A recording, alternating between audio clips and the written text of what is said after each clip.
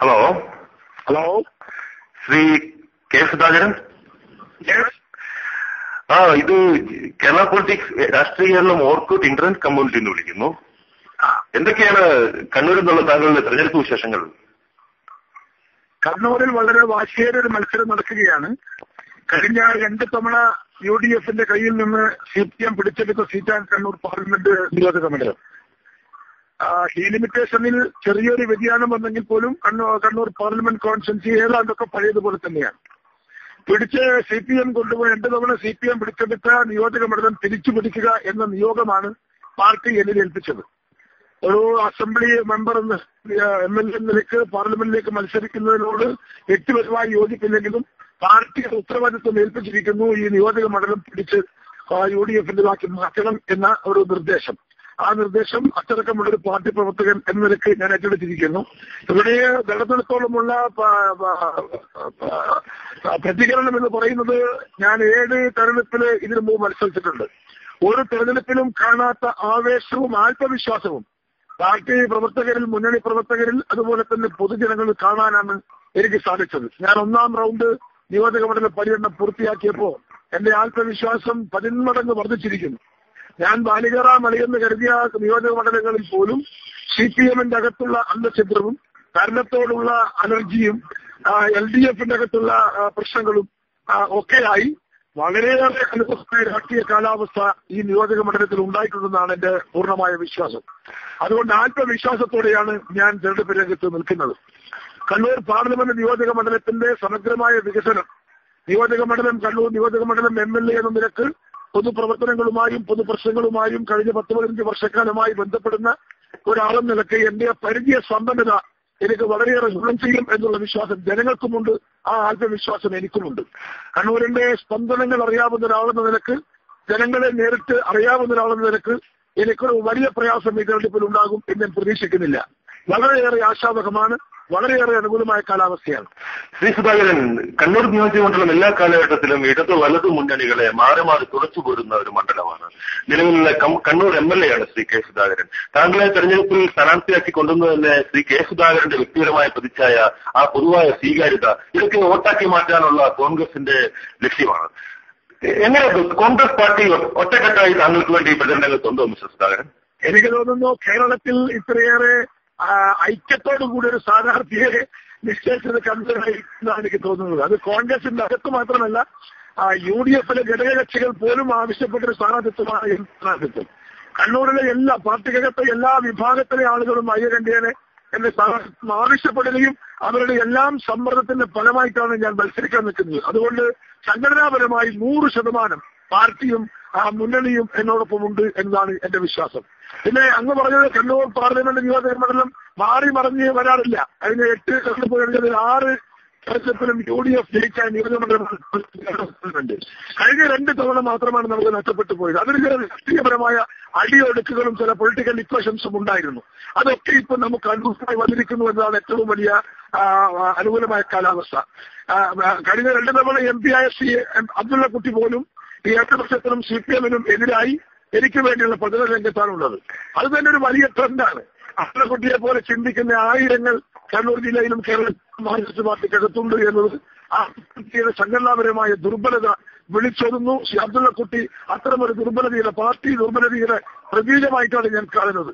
അത് ജനം വിലയിരുത്തും. ശ്രീ സുധാകരൻ, താങ്കളെ കണ്ണൂരിൽ നിന്ന് തെരഞ്ഞെടുത്ത് കഴിഞ്ഞാൽ എന്തൊക്കെ കാര്യങ്ങൾ താങ്കൾക്ക് കണ്ണൂർ മണ്ഡലത്തിന് വേണ്ടി ചെയ്യാൻ കഴിയും? കണ്ണൂരിന്റെ വികസനം എന്ന് പറയുമ്പോൾ നമുക്ക് വികസനത്തിന് വേണ്ട പശ്ചാത്തലം, നമ്മളെ ഇൻഫ്രാസ്ട്രക്ചർ അത് പൂർത്തിയാക്കണം. ഇവിടെ എല്ലാം തൊട്ടുവെച്ചെടുത്ത് നിൽക്കുകയാണ്. കണ്ണൂരിന്റെ വികസനത്തിന് കുതിപ്പേറാൻ ആരംഭിച്ചതാണ് നമ്മുടെ അഴീക്കൽ തുറമുഖം. ഇതുവരെയും അത് പൂർത്തിയായിട്ടില്ല. കണ്ണൂർ വിമാനത്താവളം അത് BOT-യിലാണോ കമ്പനിയിലാണോ ആരംഭിക്കുന്നത് എന്ന് പോലും ഇടതുപക്ഷ ഗവൺമെന്റ് തീരുമാനിച്ചിട്ടില്ല.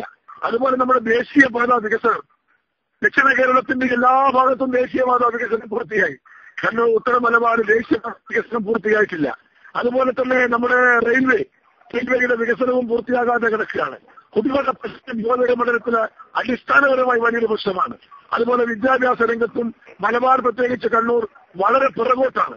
സമഗ്രമായ ഈ വികസനങ്ങളെല്ലാം അതിന്റെ സുതാര്യമായ മാർഗത്തിലൂടെ അത് പൂർത്തീകരിക്കുക എന്നതിനാണ് എന്റെ പ്രഥമ പരിഗണന. കാർഷിക രംഗം നമ്മുടെ നിയോജക മണ്ഡലത്തിലെ വലിയൊരു ഭാഗം കാർഷിക മേഖലയാണ്. കാർഷിക രംഗത്തുള്ള ഇപ്പോഴത്തെ പ്രതിസന്ധി ഒരു വലിയ പ്രശ്നമായി മാറിക്കൊണ്ടിരിക്കുന്നു. ഒരു ഭാഗത്ത് കർഷകർ തളരുന്നു, മറുഭാഗത്ത് തൊഴിലാളി ചെറുപ്പക്കാർ തളരുന്നു. ഇവിടെ ഒരു അഗ്രികൾച്ചർ ഓറിയന്റഡ് ഇൻഡസ്ട്രീസ് അതിനൊരു വാതായനം തുറക്കാൻ സാധിക്കുമോ എന്ന് പരീക്ഷിക്കാൻ തന്നെ ഞാൻ തീരുമാനിച്ചിരിക്കുന്നു. കാർഷിക രംഗവും നന്നാവും, തൊഴിലാളിത്തത്തിന് പരിഹാരവും ഉണ്ടാകും. അങ്ങനെ ഒരു നിയോജക മണ്ഡലത്തിന് സമഗ്രമായ വികസനത്തിന് എനിക്ക് എന്റേതായ ഒരു കാഴ്ചപ്പാടും എനിക്ക് എന്റേതായ ഒരു പരിപാടിയും എന്റെ മനസ്സിനകത്തുണ്ട്. MP ആകാൻ സാധിച്ചാൽ അത് പ്രാവർത്തികമാകാനുള്ള ആത്മാർത്ഥമായ ശ്രമം എന്റെ ഭാഗത്തു നിന്നുണ്ടാകും എന്ന് വോട്ടർമാർക്കറിയാം. ഞാൻ വോട്ടർമാർക്ക് അങ്ങനെ വാക്ക് നൽകുന്നുമുണ്ട്. ശ്രീ കെ സുധാകരൻ, കഴിഞ്ഞ 10 വർഷക്കാലത്തെ ശ്രീ അബ്ദുള്ളക്കുട്ടി MP എന്ന നിലയിലുള്ള പ്രവർത്തനങ്ങളെ താങ്കൾ എങ്ങനെ വിലയിരുത്തും? അബ്ദുള്ളക്കുട്ടി ഒരു MP എന്ന നിലക്ക് നിങ്ങൾക്കറിയാം, കോൺഗ്രസിന്റെ MPയും CPMന്റെ MPയും രണ്ടും രണ്ടാണ്. പാർട്ടിയുടെ തടവുകാരാണ്. CPMനെ സംബന്ധിച്ച് CPM എന്ന് പറയുന്ന രാഷ്ട്രീയ പാർട്ടിയുടെ തടവുകാരാണ് അവരുടെ MPയും അവരുടെ MLAയും. സ്വതന്ത്രമായി പ്രവർത്തിക്കാനോ സ്വതന്ത്രമായി ചിന്തിക്കാനോ ആ പാർട്ടി അനുവദിക്കാറില്ല. അതുകൊണ്ട് തന്നെ പലപ്പോഴും വളരെ കാര്യക്ഷമതയുള്ള വളരെ പ്രതിഭാശാലികളായ CPMന്റെ ഇടതുപക്ഷ MPമാർക്കും MLAമാർക്കും അവരുടെ പ്രവർത്തനം 100% ബാഹ്യമായി പ്രകടിപ്പിക്കാനും ജനങ്ങളെ ബോധ്യപ്പെടുത്താനും പ്രവർത്തന രംഗത്ത് റിസൾട്ട് ഉണ്ടാക്കാനും സാധിക്കാറില്ല. അതിലൊരു തടവുകാരനാണ് കഴിഞ്ഞ 10 വർഷക്കാലം ശ്രീ അബ്ദുള്ളക്കുട്ടി. ഇവിടെ റോഡ് പോലും MPയുടെ ഫണ്ട് പോലും തീരുമാനിക്കുന്നത് പാർട്ടിയാണ്. MPക്ക് അവിടെ റോളില്ല. MPയുടെ വ്യക്തിപരമായി ഏതെങ്കിലും പ്രദേശത്തോട് കമ്മിറ്റ്മെന്റ് കൊടുത്താൽ അത് ഫുൾഫിൽ ചെയ്യാനുള്ള സ്വാതന്ത്ര്യം CPM എന്ന് പറയുന്ന രാഷ്ട്രീയ പാർട്ടിക്കകത്തില്ല. പാർട്ടി നിശ്ചയിക്കും എവിടെയാണ് റോഡ്, എവിടെയാണ് ഫണ്ട് ചെലവഴിക്കേണ്ടത്. വ്യക്തികൾക്ക്, MPമാർക്ക്, MLAമാർക്ക് അത് സ്വാതന്ത്ര്യമില്ലാത്തത് കൊണ്ട് തന്നെ ഇത്ര 10 വർഷക്കാലം ഒരു തടവുകാരന്റെ പ്രവർത്തനങ്ങൾ മാത്രമേ ശ്രീ അബ്ദുള്ളക്കുട്ടിയിൽ നിന്ന് ഈ കണ്ണൂർ ജനതയ്ക്ക് കിട്ടിയിട്ടുള്ളൂ എന്നാണ് എന്റെ വിശ്വാസം. സർക്കാരിനെതിരെയുള്ള ആന്റി ഇൻകംബൻസി ഫാക്ടർ അതൊക്കെ എത്രത്തോളം ഉണ്ട് ശ്രീ സുധാകരൻ? എന്താ മനസ്സിലായില്ല? ആന്റി ഇൻകംബൻസി ഫാക്ടർ, ഭരണവിരുദ്ധ വികാരം എത്രത്തോളം ഈ തെരഞ്ഞെടുപ്പിൽ വർക്കൗട്ട് ആവും? നമ്മെ സംബന്ധിച്ചിടത്തോളം ആന്റി ഇൻകംബൻസി, കാരണം ഞങ്ങളുടെ ഭരണകക്ഷിയല്ല. പ്രതിപക്ഷത്തിരിക്കുമ്പോൾ സ്വാഭാവികമായും പ്രതിപക്ഷത്തിനാണ് ആന്റി ഇൻകംബൻസി ഫാക്ടറിന്റെ ഗുണഫലം സിദ്ധിക്കുക.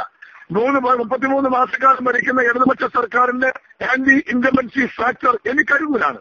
അതുപോലെ ഇടതുപക്ഷത്തിന്റെ അകത്തുള്ള ആന്റി ഇൻകംബൻസി ഫാക്ടറും എനിക്കനുകൂലമാണ്. എന്നെ സംബന്ധിച്ചിടത്തോളം എല്ലാം പ്ലസ് ആണ്, മൈനസ് ഒന്നും ഈ തെരഞ്ഞെടുപ്പിലില്ല എന്നാണ് എന്റെ വിശ്വാസം. ശ്രീ കെ സുധാകരൻ, താങ്കളുടെ തെരഞ്ഞെടുപ്പ് പ്രചാരണത്തിന് ദേശീയ നേതാക്കളുടെ സാന്നിധ്യം ഉണ്ടാവുമോ? നിശ്ചയമായും ഉണ്ടാകും. അത് ഒന്നുകിൽ സോണിയാഗാന്ധിയോ അല്ലെങ്കിൽ മൻമോഹൻ സിംഗോ രാഹുൽ ഗാന്ധിയോ മൂന്നിലേതെങ്കിലും ഒരു ദേശീയ നേതാവ് എന്റെ പ്രചരണത്തിൽ എത്തുമെന്നാണ് എന്റെ പ്രതീക്ഷ. ശ്രീ സുധാകരൻ, ഇത് കേരള പൊളിറ്റിക്സ് രാഷ്ട്രീയ കേരളം ഓർക്കൂർ കമ്മ്യൂണിറ്റിയിലാണ് നമ്മൾ പ്രക്ഷേപണം ചെയ്യാൻ പോകുന്നത്. ലോകത്തിലെ വിവിധ ഭാഗങ്ങളിലുള്ള യങ് പ്രൊഫഷണൽസ് തങ്ങളുടെ രാഷ്ട്രീയ അഭിപ്രായങ്ങൾ പങ്കുവെക്കാനും ആരോഗ്യകരമായ ചർച്ചകൾ ഏർപ്പെടാനുമുള്ള ഒരു വേദിയാണിത്. താങ്കളുടെ വളരെ തിരക്കേറിയ തെരഞ്ഞെടുപ്പ് പര്യടനത്തിലും അല്പസമയം ഞങ്ങൾക്ക് വേണ്ടി പങ്കുവച്ചതിന് ഒരുപാട് നന്ദി ശ്രീ കെ സുധാകരൻ. താങ്കളുടെ ഉദ്യമത്തിനും എല്ലാ ഭാവങ്ങളും നേരുന്നു. അത്തരമൊരു നീക്കം നടത്തുന്നതിൽ എനിക്ക് വ്യക്തിപരമായി സന്തോഷമുണ്ട്. ആ സന്തോഷം താങ്കളെ അറിയിക്കുന്നു. എല്ലാവരും വിജയാശംസകളും താങ്കൾക്ക് നേരുകയാണ്. Thank you so much. Thank you. Okay, thank you.